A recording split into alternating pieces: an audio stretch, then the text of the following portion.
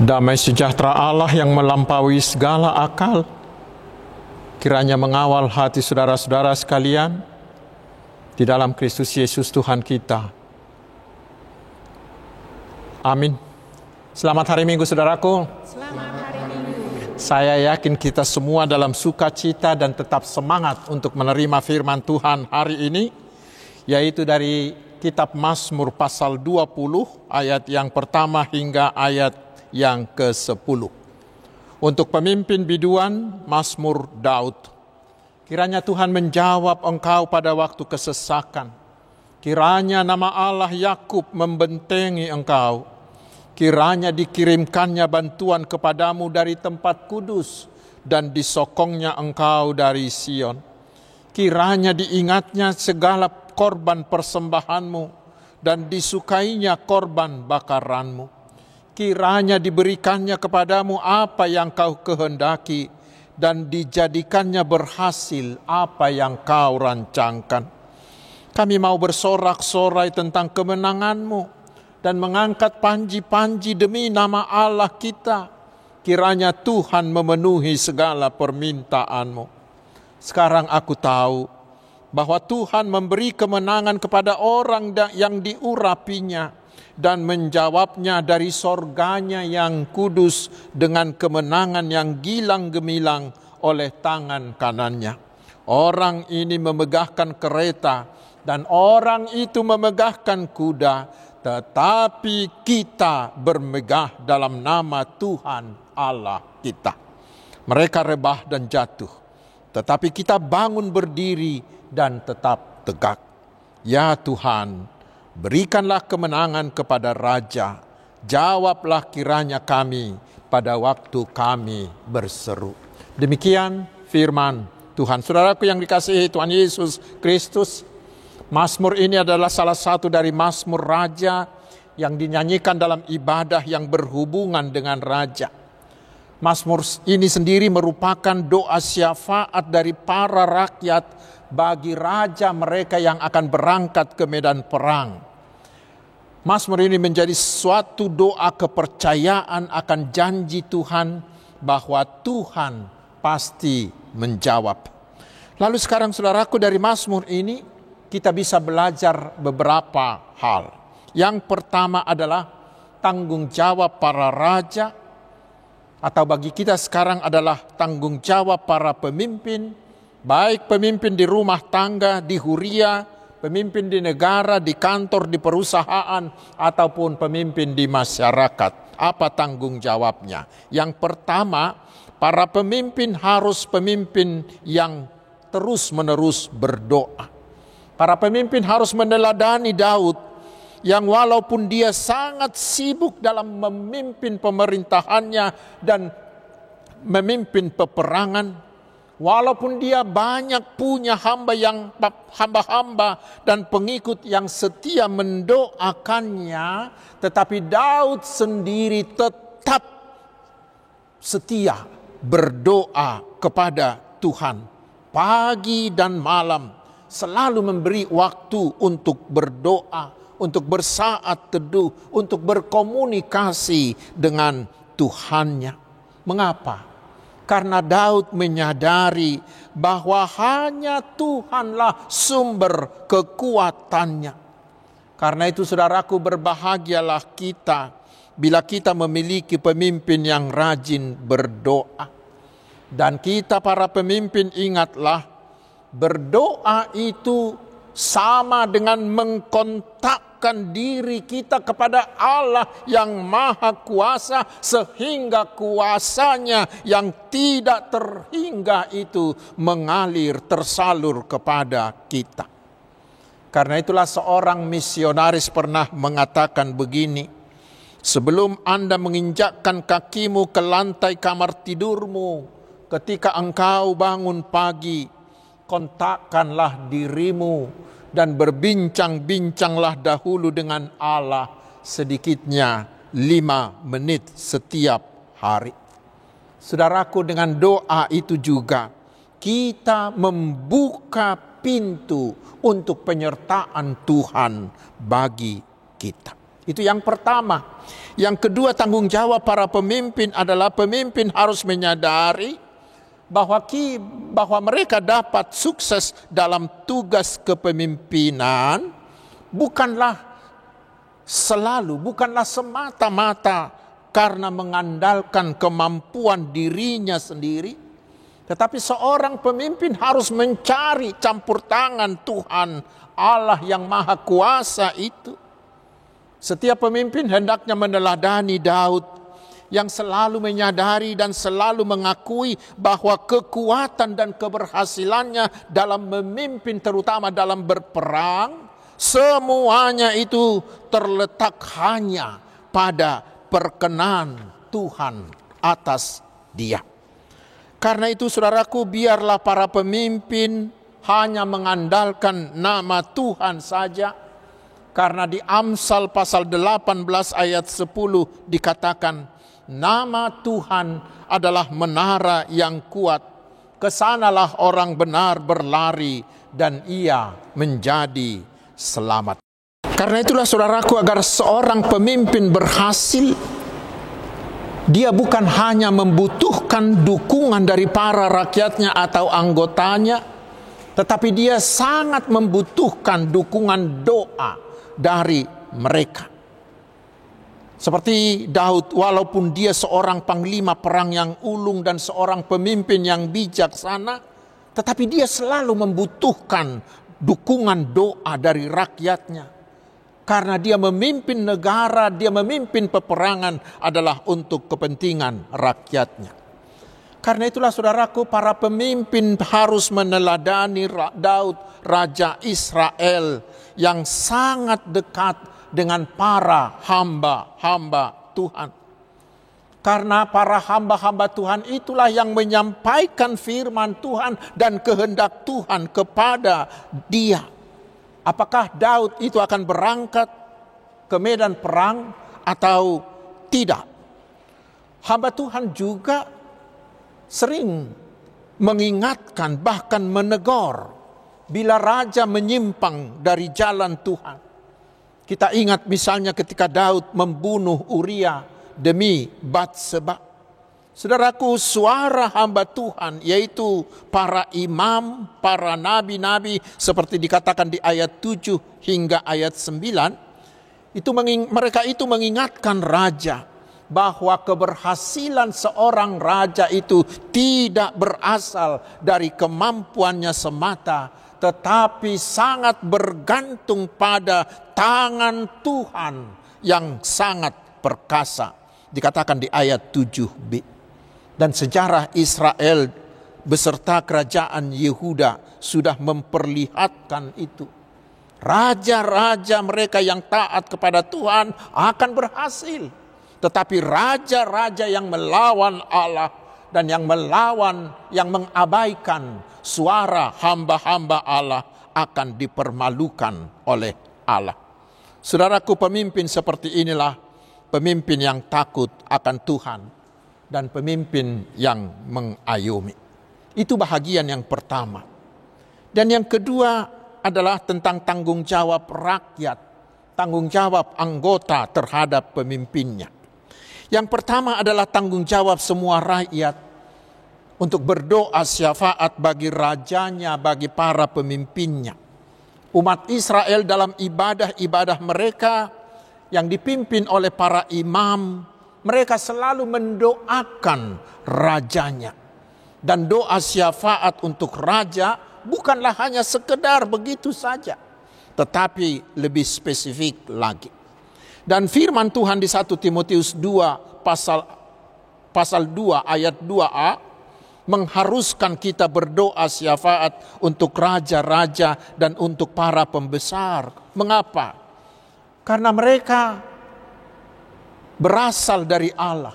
Mereka ditetapkan oleh Allah.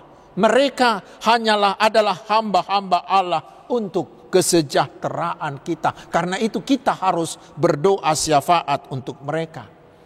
Dan itu diaturkan di Almanak HKBP dan di Renstra HKBP. Semua ruas HKBP diwajibkan berdoa syafaat bagi pemerintah kita setiap hari Jumat. Saudaraku, seperti yang sudah saya singgung tadi, dalam nats ini ada beberapa hal yang lebih spesifik. Doa syafaat bagi raja, bagi pemimpin itu tidak boleh hanya sekedar, tidak boleh secara garis besar saja, tidak boleh sepintas lalu saja, tetapi harus spesifik. Itulah yang kita lihat di dalam nats ini. Rakyat mendoakan raja lebih spesifik. Pertama kita baca di ayat 2 dan ayat 3 dikatakan, kiranya Tuhan menjawab engkau pada waktu kesesakan, kiranya nama Allah Yakub membentengi engkau, kiranya dikirimkannya bantuan kepadamu dari tempat kudus dan disokongnya engkau dari Sion. Saudaraku, walaupun Daud adalah seorang raja mulia, raja yang hebat dan yang sangat terkenal, tetapi dia sering mengalami kesesakan, baik dari kalangan internal seperti pemberontakan anaknya Absalom itu, maupun dari eksternal, terutama ketika dia berperang, musuh-musuhnya ingin menghancurkan dia. Karena itulah rakyat harus berdoa syafaat, kiranya Allah campur tangan, kiranya Allah membentengi dia, kiranya Allah mengirimkan pasukan khusus Tuhan untuk menyelamatkan raja mereka. Karena bila raja kalah, maka negara akan kacau. Bila raja kalah di medan perang, maka rakyat akan merana. Karena itulah kita juga harus berdoa syafaat bagi pemimpin negara kita, terutama di kondisi bangsa dan negara kita saat ini. Kita harus terus berdoa syafaat agar Tuhan membentengi, menyelamatkan, mengokohkan para pemimpin-pemimpin bangsa kita. Mengapa? Karena banyak usaha dari kelompok tertentu yang ingin menjatuhkan, yang ingin mengacaukan negara ini, yang ingin mengambil alih kekuasaan, atau kelompok yang ingin mengambil keuntungan bagi dirinya atau bagi kelompoknya.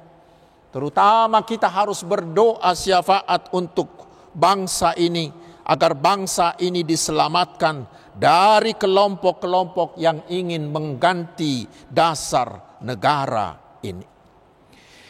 Yang berikut saudaraku di ayat 5, rakyat berdoa, semoga ia memberi segala yang kau inginkan dan membuat segala rencanamu berhasil.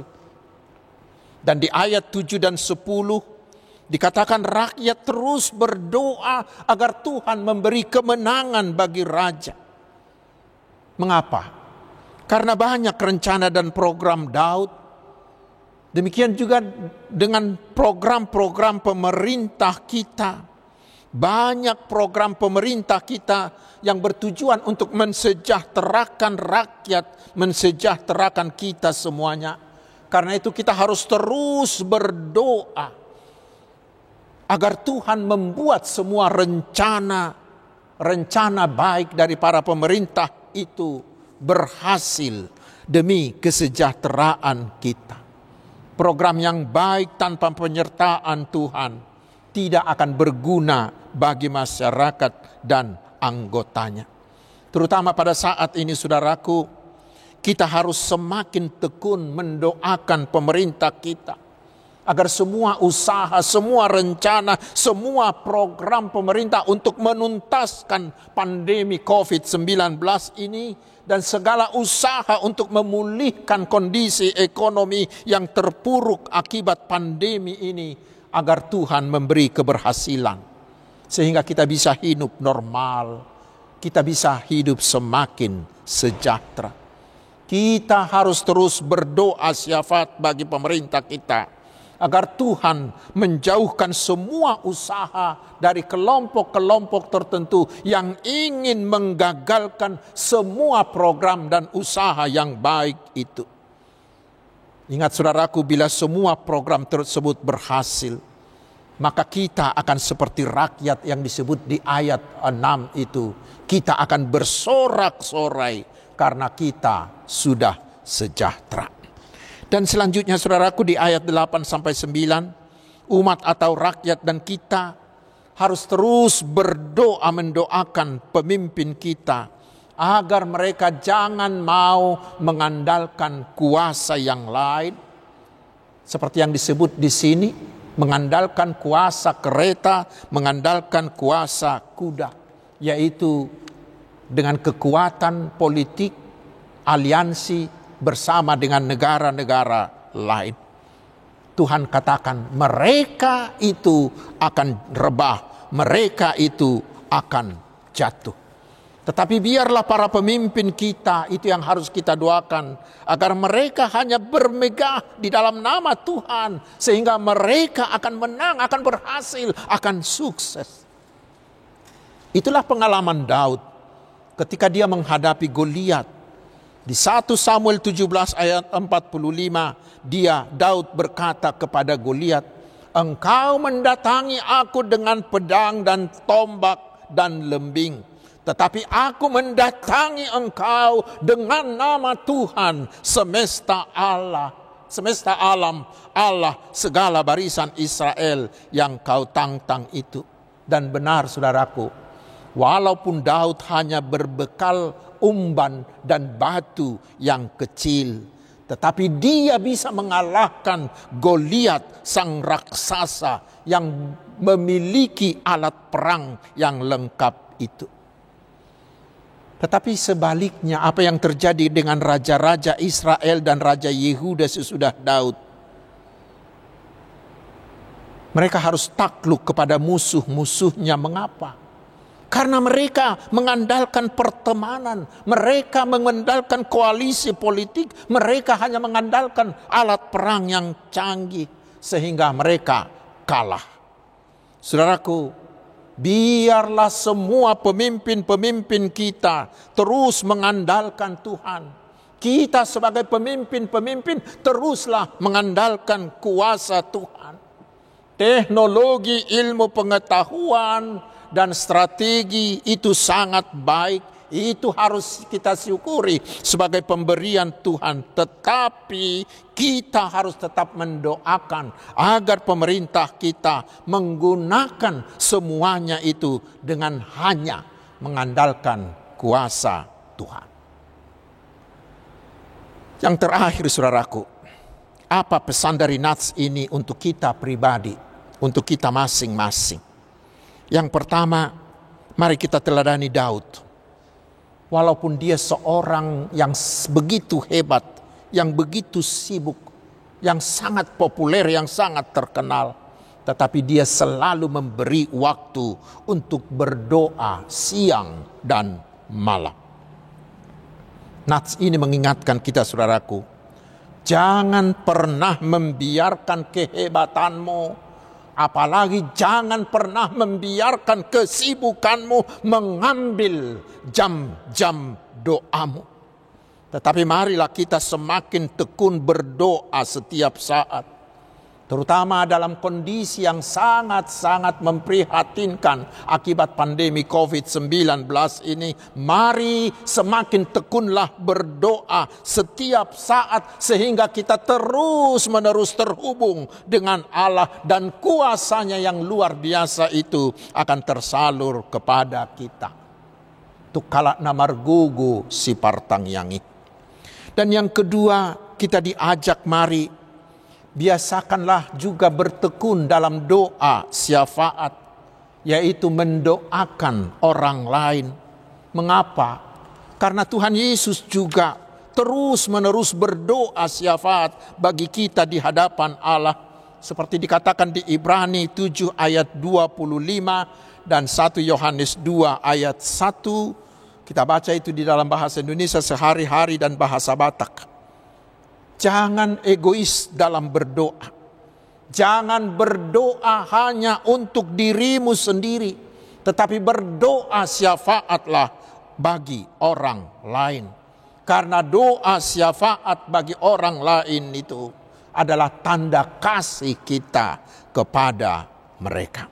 Dan yang terakhir, nats ini mengajarkan kepada kita bahwa kekuatan kita dan apa yang ada di sekeliling kita, termasuk ilmu pengetahuan dan teknologi, saudaraku, tidaklah sempurna untuk menjadi penolongmu untuk berhasil. Apa yang ada dalam diri kita dan di sekeliling kita tidak akan bisa menjadi penolong kita yang sempurna untuk menggapai keberhasilan. Walaupun di zaman ini kita diberi kemajuan yang luar biasa seperti virtual, robotisasi, dan apalagi dengan Mbah Google yang sepertinya sudah bisa melakukan segala hal. Ingat saudaraku, semuanya itu ada di bawah kuasa Allah. Agar kita bisa berhasil dalam semua usaha, dalam semua pekerjaan kita, mari tetaplah mengandalkan kuasa Tuhan dengan menggunakan semua ilmu pengetahuan dan teknologi tadi sebagai alat dari Tuhan saja. Bukan dia menjadi panglima, tetapi hanya sebagai alat. Panglima kita hanyalah kuasa Tuhan. Dan segala sesuatu yang kita lakukan, lakukanlah itu di dalam nama Tuhan Yesus. Kolose 3 ayat 17. Terutama bila kita sedang menghadapi ancaman-ancaman dan masalah-masalah yang berat, saudaraku, andalkanlah hanya kuasa Tuhan Yesus. Karena Tuhan Yesus telah mengalahkan segala kuasa manapun. Dengan demikian kita akan berhasil. Amin. Mari kita berdoa. Terima kasih Tuhan atas sapaan-Mu melalui firman-Mu hari ini. Biarlah kami menjadi pemimpin yang tekun berdoa dan hanya mengandalkan kekuatan-Mu saja, supaya kami tetap berhasil. Ingatkan kami agar kami juga mau menjadi pendoa syafaat yang tekun mendoakan semua orang. Terutama untuk mendoakan para pemimpin kami, presiden, kepala daerah, hingga ketua RT, ketua RW. Juga semua pemangku jabatan di negeri ini. Kiranya Tuhan tetap memberi mereka hati yang takut akan Tuhan, yang selalu mendahulukan kepentingan dan kesejahteraan rakyat banyak. Terutama saat ini Tuhan kami berdoa syafaat memohon. Kiranya Tuhan memberi keberhasilan bagi pemerintah kami atas segala usaha pemulihan ekonomi, pemulihan kesehatan dan pemulihan sosial bangsa kami yang terimbas akibat pandemi COVID ini. Dan kami mohon Tuhan segeralah hentikan penularan virus ini. Dengan pemulihan ini kami bisa hidup sejahtera. Ya Tuhan Bapa di sorga yang maha baik, berkatilah kami umat-Mu ini satu persatu dalam semua bidang kehidupan kami. Sembuhkanlah anak-anak-Mu yang sakit, terutama yang terinfeksi oleh virus corona. Pulihkanlah segala usaha dan semua bisnis yang sempat merosot. Juga pulihkanlah keluarga yang menghadapi masalah. Berilah kesuksesan bagi kami dalam usaha, dalam pekerjaan, dalam keluarga, dalam pendidikan, dan dalam semua program yang sedang kami lakukan. Ya Tuhan Bapa Raja Gereja, berkatilah para hamba-Mu. Beri hamba-hamba-Mu hikmat dan kuasa-Mu, agar mereka semakin tekun, semakin bersemangat, dan semakin berkuasa meluaskan kerajaan-Mu. Berkati semua pimpinan-pimpinan gereja di seluruh dunia, agar tetap bersatu hati, saling bekerja sama dalam memberitakan Injil-Mu. Terima kasih Bapa. Hanya di dalam nama Tuhan Yesus kami berdoa, dan kehendak-Mu sajalah yang jadi atas kami. Amin.